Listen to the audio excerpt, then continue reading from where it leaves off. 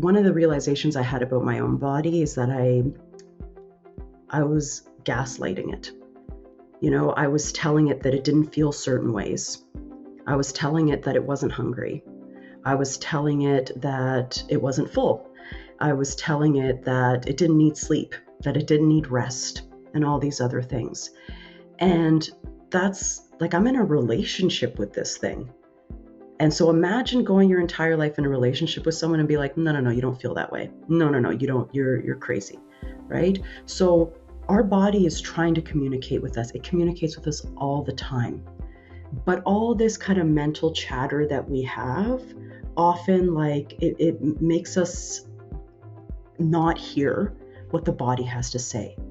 So part of this being a voice for your body is trying to tap in to what those feelings and sensations are trying to tell you. So there's the obvious ones like your stomach growling, right?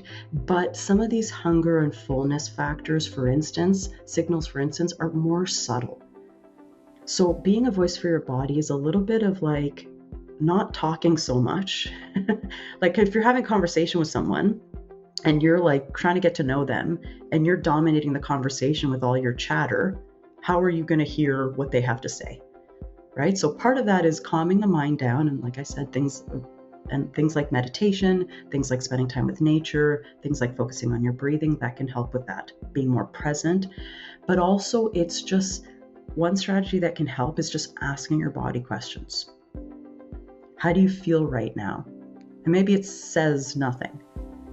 Or maybe like you feel a sensation in certain areas, right? Or you feel tired. Often there's something that comes, for me, when I ask myself that, there's something that comes up right away. And it's almost like it doesn't even come through the mind. It's almost like it really does feel like my body is speaking to me, right? It's like, I'm tired. And then old me would be like, no, you're not, right? But we have to advocate for our body. And being a voice for your body actually goes beyond just you listening to it, but also, especially for people watching this, that struggle with their body or might have obesity.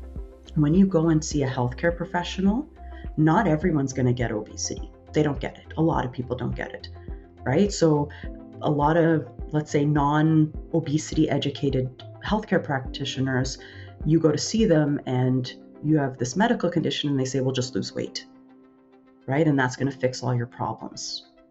It might help, but that's not necessarily the cause of the problem, right? So being an advocate of your body is like, no, this is how I feel. This is how it was before.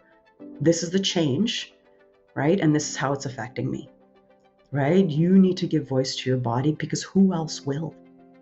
You're the only person, it's your body's only interpreter, right? So you have the power to do that. No one else can do that for you.